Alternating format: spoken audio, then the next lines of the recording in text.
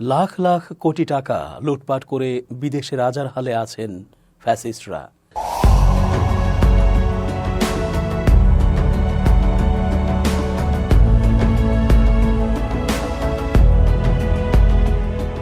আসসালামু আলাইকুম প্রিয় দর্শক, আশা করছি ভালো আছেন।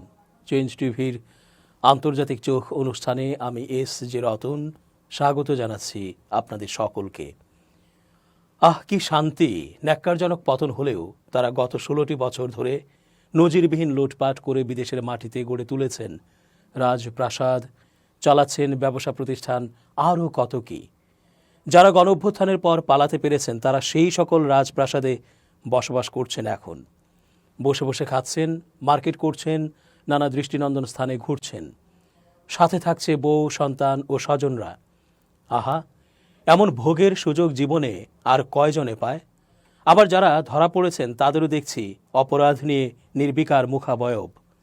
তাদেরকে যে রিমান্ডে নিয়ে তথ্য বের করা হচ্ছে, আদালতে তোলার সময় তাদের চলাফেরায় অস্বাভাবিক কিছু ধরা পড়েনি, বরং গায়ে হাওয়া লাগিয়ে পুলিশের স্পর্শ ছাড়াই, হাত কড়া ছড়াই, ডান্ডাবেড়ি ছড়াই চলছেন। বোঝাই যাচ্ছে তাদের ওপর জিজ্ঞাসাবাদের সময় কোনো রকম ফুলের ছোঁয়াও দেয়া হয়নি। তাহলে কি সঠিক তথ্য উদ্ঘাটন করা সম্ভব?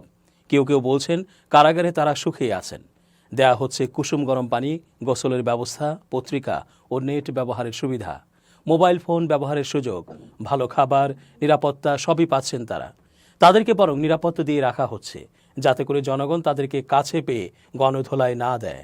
সহজেই অনুমান করা যাচ্ছে টাকা দিয়েই সব সুবিধা পাওয়া যাচ্ছে। এত এত টাকা পয়সা মেরে দিয়েছে তারা, সেই টাকাই এখন তাদের জন্য সুখের বন্দোবস্ত করছে।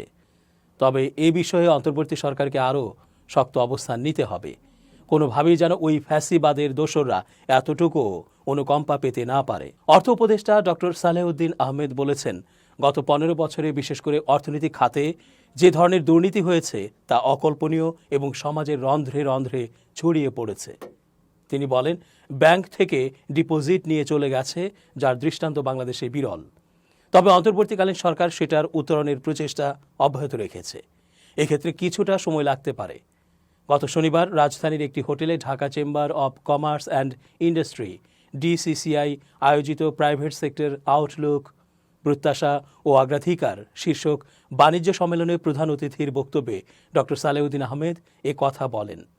তিনি বলেন, 15 বছরের অনিয়ম দুর্নীতি 3 থেকে 4 মাসে স্বাভাবিক করা সম্ভব নয়। সামষ্টিক অর্থনীতি স্থিতিশীল না হলে অন্য সূচকগুলো স্থিতিশীল হয় না। তবে ক্ষয় হয়ে যেতে শুরু করা অর্থনীতিতে স্থিতিশীলতা আসতে শুরু করেছে এবং আরও ক্ষয় হওয়া থেকে রক্ষা পেয়েছে বাংলাদেশ। অর্থনৈতিক সংস্কার নিয়ে তিনি বলেন, পলিসি রেট আপাতত বাড়ানো হচ্ছে না, আর বেসরকারি খাতে ঋণ প্রবাহ যেন না কমে সেদিকে নজর দিচ্ছে সরকার। অর্থনীতি স্থিতিশীল হওয়ার বিষয়ে উপদেষ্টা বলেন, বৈদেশিক মুদ্রার রিজার্ভ বাড়ছে, উন্নয়ন সহযোগী সংস্থাগুলো ইতিবাচক সাড়া দিতে শুরু করেছে। গত মাসে IMF, বিশ্বব্যাংকের সভায় যোগ দিয়ে সবার কাছ থেকে ভালো সাড়া পেয়েছি। সরকারের বাজেট সহায়তা নয়, বরং বেসরকারি খাতই পাবে 100 কোটি মার্কিন ডলার। সালেহউদ্দিন আহমেদ বলেন, আমরা এখন পদচিহ্ন রেখে যেতে চাই যাতে পরের সরকার এসে তা অনুসরণ করতে পারে। এটুকু বলা যায়, ভবিষ্যতে কেউ অর্থ পাচার করতে পারবে না, আর বেসরকারি খাতে ঋণ প্রবাহ যেন না কমে সেদিকে নজর দিচ্ছে সরকার। বিগত সরকারের আমলে উন্নয়ন প্রকল্পের নামে প্রায় 3.25 লাখ কোটি টাকা অপচয় বা নষ্ট হয়েছে। অর্থনীতি নিয়ে সরকারের শ্বেতপত্রে প্রকল্পের নামে টাকা অপচয়ের এমন চিত্র উঠে এসেছে। প্রতিবেদনে অর্থনীতির বিভিন্ন খাতের পাশাপাশি ADPর দুর্নীতি, অনিয়ম, অর্থের অপচয় এসব বিষয় নিয়ে মূল্যায়ন করা হয়েছে। গত 15 বছরে সার্বিক উন্নয়ন কর্মসূচির অর্থাৎ ADPর মাধ্যমে খরচ করা হয়েছে প্রায় 7,20,000 কোটি টাকা। এর 40% টাকা লুটপাট করা হয়েছে। উন্নয়ন প্রকল্পে মূলত রাজনৈতিক চাঁদাবাজি, ঘুষ এবং বাড়তি খরচ দেখে এই বিপুল অর্থ লুটপাট করেছেন বিদায়ী ক্ষমতাসীন দলের প্রভাবশালী নেতা ও সুবিধাভোগীরা। শ্বেতপত্র প্রণয়ন কমিটির প্রধান দেবপ্রিয় ভট্টাচার্য জানিয়েছেন, উন্নয়নের প্রকল্পের মাধ্যমে সরকারি বিনিয়োগে বিপুল অর্থ অপচয় হয়েছে। আর্থিক সম্ভাব্যতা যাচাই না করেই অনেক রাজনৈতিক প্রকল্প নেওয়া হয়েছে এবং বাস্তবায়নের সময় নানাভাবে নয়-ছয় করা হয়েছে। সময়ে সময়ে প্রকল্পের সময় বাড়ানো হয়েছে। পছন্দের ব্যক্তিদের প্রতিযোগিতাহীনভাবে ঠিকাদারি দেওয়া হয়েছে। আওয়ামী লীগ সরকারের পতনের পর বাংলাদেশ ও ভারতের সঙ্গে সরকারি পর্যায়ে যোগাযোগ কার্যত বন্ধ হয়ে পড়েছে। ফলে সীমান্ত সমস্যা, নদীর পানি বণ্টন সহ দ্বিপক্ষীয় নানা বিষয় ঝুলে গেছে। আমদানি রপ্তানিও বিঘ্নিত। এরই মধ্যে সংখ্যালঘু ইস্যু সামনে এনে ভারত সরকার দেশটির গণমাধ্যম ও সামাজিক যোগাযোগ মাধ্যম সমন্বিতভাবে বাংলাদেশ বিরোধী প্রচারে নেমেছে। বাংলাদেশ সম্পর্ক স্বাভাবিক করার বার্তা দিলেও দিল্লির আন্তরিকতা বুঝতে চাইছে ঢাকা এবং সে অনুযায়ী পরবর্তী পদক্ষেপ নেবে কর্তৃপক্ষ। এক্ষেত্রে ডক্টর ইউনূস সরকারের 3টি দুর্বলতা চিহ্নিত করেছেন সাবেক কূটনীতিক ও বিশ্লেষকরা। প্রথমত, ভারত কোনো বিবৃতি দিলেই কেবল নড়ে চড়ে বসছে ঢাকা, অথচ এসব ক্ষেত্রে আগে ভাগে বাংলাদেশকে সক্রিয় হতে হবে। দ্বিতীয়ত, সব অপপ্রচার নিয়ে বাংলাদেশ মাথা ঘামাচ্ছে না, প্রতিক্রিয়া দেখাচ্ছে বাছাই করে। তৃতীয়ত, ঢাকা থেকে প্রচার বিবৃতির ভাষা খুবই নমনীয়, অথচ যথাযথ ভাষা প্রয়োগ খুবই জরুরি।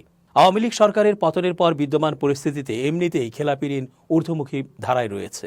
আন্তর্জাতিক মানে উন্নীত করে সংজ্ঞা আরও কঠোর করার ফলে ব্যাংক খাতে খেলাপি ঋণ আরও বেড়ে যাবে। এর বিপরীতে বাড়তি প্রভিশন রাখতে হবে। এছাড়া নতুন নীতিমালায় নিয়মিত ঋণের বিপরীতে প্রভিশন রাখার হার আগের চেয়ে বাড়ানো হয়েছে। এমনিতেই ব্যাংকগুলোয় 56,000 কোটি টাকা প্রভিশন ঘাটতি রয়েছে। এই বৃদ্ধির ফলে মূলধন ঘাটতিও বেড়ে যাবে। এতে বিনিয়োগযোগ্য তহবিল কমে যাবে। সার্বিকভাবে ব্যাংকগুলো আরও দুর্বল হবে।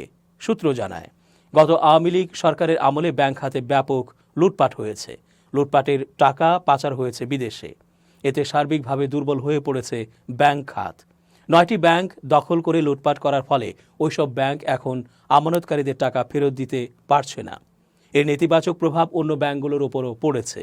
এতে সার্বিকভাবে ব্যাংক খাতে খেলাপি ঋণ বেড়ে যাচ্ছে। 5 আগস্ট আওয়ামী লীগ সরকারের পতনের পর নতুন অন্তর্বর্তী সরকার এখন পর্যন্ত জুন ও সেপ্টেম্বর প্রান্তিকের খেলাপি ঋণের তথ্য প্রকাশ করেছে। দুই প্রান্তিক মিলে খেলাপি ঋণ 1,03,000 কোটি টাকা বেড়ে মোট স্থিতি দাঁড়িয়েছে 2,85,000 কোটি টাকায়, যা ব্যাংক খাতের মোট ঋণের 17%। কেন্দ্রীয় ব্যাংকের গভর্নর সংবাদ সম্মেলনে শঙ্কা প্রকাশ করে বলেছেন, খেলাপি ঋণের হার 25%ও ছাড়িয়ে যেতে পারে। আগামীতে 3টি কারণে খেলাপি ঋণ বাড়বে। 1, আগে খেলাপি ঋণের তথ্য গোপন করা হতো, এখন সব তথ্য প্রকাশ করা হচ্ছে।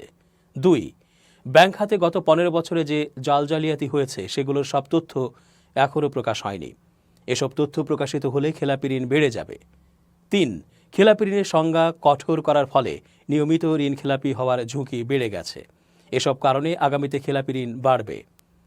অবজারভার ও ট্রান্সপারেন্সি ইন্টারন্যাশনালের অনুসন্ধানে বলা হয়েছে, যুক্তরাজ্যে শেখ হাসিনা ঘনিষ্ঠ ব্যক্তিদের নামে প্রায় 350টি সম্পত্তির সন্ধান পাওয়া গেছে। এর মধ্যে ফ্ল্যাট থেকে শুরু করে সুবিশাল অট্টালিকা, ম্যানশন পর্যন্ত রয়েছে। যুক্তরাজ্য ও দেশটির বাইরের বিভিন্ন প্রতিষ্ঠানের অফশোর কোম্পানির নামে এই সম্পত্তির অনেকগুলো কেনা হয়েছে। অনুসন্ধানে দেখা গেছে, অফশোর কোম্পানির মাধ্যমে কেনা ওই সম্পত্তির অনেকগুলোর মালিকানায় রয়েছেন সাবেক প্রধানমন্ত্রীর বেসরকারি শিল্প ও বিনিয়োগ বিষয়ক উপদেষ্টা সালমান এফ রহমান ও দেশের অন্য একটি ব্যবসায়িক গ্রুপের পরিবারের সদস্যরা। এছাড়া সাবেক ভূমিমন্ত্রী সাইফুজ্জামান চৌধুরী, নাসা গ্রুপের চেয়ারম্যান নজরুল ইসলাম মজুমদার ও তাদের পরিবারের সদস্যদেরও অনেক সম্পত্তির মালিকানা রয়েছে। সালমান এফ রহমান বেক্সিমকো গ্রুপের ভাইস চেয়ারম্যান। তিনি বর্তমানে বাংলাদেশে কারাবন্দী অবস্থায় রয়েছেন। তার বিরুদ্ধে অর্থ পাচারের অভিযোগে তদন্ত করছে বাংলাদেশের অপরাধ তদন্ত বিভাগ সিআইডি। এছাড়া সালমান ও তার পরিবারের সদস্যদের ব্যাংক হিসাব জব্দ করেছে কেন্দ্রীয় ব্যাংকের আর্থিক গোয়েন্দা বিভাগ, Bangladesh financial intelligence unit BFIU। অনুসন্ধান অনুযায়ী সালমানের পরিবারের সদস্যদের লন্ডনের মেফেয়ার এলাকার গ্রোসভেনর স্কোয়ারে 7টি বিলাসবহুল অ্যাপার্টমেন্টের মালিকানা বা মালিকানায় অংশীদারত্ব রয়েছে। এগুলোর বেশিরভাগই অফশোর কোম্পানির মাধ্যমে কেনা। এর মাধ্যমে 2022 সালের মার্চ মাসে 2,67,50,000 পাউন্ডে একটি অ্যাপার্টমেন্ট কিনেছিলেন সালমানের ছেলে আহমেদ শায়ান রহমান। সেখানে 3,55,00,000 পাউন্ডে কেনা তার একটি ফ্ল্যাটও রয়েছে। 2022 সালে খবর বেরিয়েছিল, লন্ডনে শায়ান রহমানের একটি বাড়িতে বিনা ভাড়ায় থাকতেন শেখ হাসিনার বোন শেখ রেহানা। গ্রোসভেনর স্কোয়ারে এবং এর কাছাকাছি এই পরিবারের আরেক সদস্য আহমেদ শাহরিয়ার রহমানের আরও 4টি সম্পত্তি রয়েছে। এর মূল্য 2,30,00,000 পাউন্ড। অফশোর কোম্পানির মাধ্যমে এসব সম্পত্তি কেনা। এ বিষয়ে শায়ান রহমান ও শাহরিয়ার রহমানের আইনজীবীরা বলেছেন, মানি লন্ডারিং আইনসহ আর্থিক বিধিবিধান পরিপূর্ণভাবে মেনেই সম্পত্তিগুলো কেনা হয়েছে। গার্ডিয়ানের প্রতিবেদনে বলা হয়েছে, যুক্তরাজ্যের ভূমি নিবন্ধন কর্তৃপক্ষের তথ্য অনুযায়ী দেশটিতে সাবেক ভূমিমন্ত্রী সাইফুজ্জামান চৌধুরী ও তার পরিবারের 300টির বেশি সম্পদ রয়েছে। এগুলোর মূল্য অন্তত 16 কোটি পাউন্ড। সাইফুজ্জামান চৌধুরীর বৈশ্বিক সম্পত্তি নিয়ে গত সেপ্টেম্বরে দ্য মিনিস্টার্স মিলিয়ন্স শিরোনামের একটি অনুসন্ধানী প্রতিবেদন প্রকাশ করে সংবাদ মাধ্যম আল জাজিরা। সেই প্রতিবেদন অনুযায়ী বিদেশে থাকা তার সম্পত্তির মূল্য আনুমানিক 50 কোটি মার্কিন ডলার। বাংলাদেশের সাইফুজ্জামান চৌধুরীর ব্যাংক হিসাবও জব্দ করেছে বিএফআইইউ ও তার পরিবারের সদস্যদের স্থাবর সম্পত্তি জব্দ করার নির্দেশ দিয়েছেন আদালত। সাইফুজ্জামান চৌধুরীর ওপর দেশ ত্যাগের নিষেধাজ্ঞা জারি করেছে সরকার।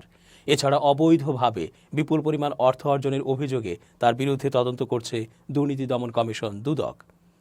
গার্ডিয়ান বলেছে, রাজনীতিকদের বাইরে বাংলাদেশের ধনী ও প্রভাবশালী ব্যবসায়ীদেরও যুক্তরাজ্যে সম্পত্তি রয়েছে। এর মধ্যে যুক্তরাজ্যের সারে এলাকায় বসুন্ধরা গ্রুপের চেয়ারম্যান আহমেদ আকবর সোবহানের পরিবারের সদস্যদের 2টি সম্পত্তি রয়েছে। 1 কোটি 30 লাখ পাউন্ড দিয়ে অফশোর কোম্পানির মাধ্যমে এসব সম্পত্তি কেনা হয়েছে। এছাড়া এলাকাটি পরিদর্শনের সময় আহমেদ আকবর সোবহানের এক ছেলের মালিকানাধীন একটি অট্টালিকার সন্ধান পেয়েছে অবজারভার। গত 21 অক্টোবর আহমেদ আকবর সোবহান সহ তার পরিবারের 6 সদস্যের ওপর দেশ ত্যাগের নিষেধাজ্ঞা দিয়েছে বাংলাদেশ সরকার। এছাড়া তাদের ব্যাংক হিসাব জব্দ করেছে বিএফআইইউ। এ বিষয়ে গার্ডিয়ান এর সঙ্গে কথা বলেছেন বসুন্ধরা গ্রুপের ভাইস চেয়ারম্যান ও আহমেদ আকবর সোবহানের ছেলে সাফওয়ান সোবহান। তিনি বলেন, তাদের বিরুদ্ধে তোলা সব অভিযোগ দৃঢ়ভাবে প্রত্যাখ্যান করছে তার পরিবার। এদিকে নাসা গ্রুপের চেয়ারম্যান নজরুল ইসলাম মজুমদারের বিরুদ্ধে অর্থ পাচারের অভিযোগে তদন্ত করছে সিআইডি। দেশটিতে তার সম্পত্তিও জব্দ করা হয়েছে। লন্ডনের কেনসিংটনে তিনি ও তার পরিবারের সদস্যরা কিভাবে 3 কোটি 80 লাখ পাউন্ডের 5টি সম্পত্তি কিনেছেন তা খতিয়ে দেখতে চায় বাংলাদেশের সংশ্লিষ্ট কর্তৃপক্ষ। তবে নজরুল ইসলাম মজুমদারের ঘনিষ্ঠ সূত্র জানিয়েছে, অবৈধ উপায়ে এসব সম্পত্তি কেনার অভিযোগ অস্বীকার করেছেন তিনি। দর্শক, আজকের মতো শেষ করছি এখানেই। ধন্যবাদ।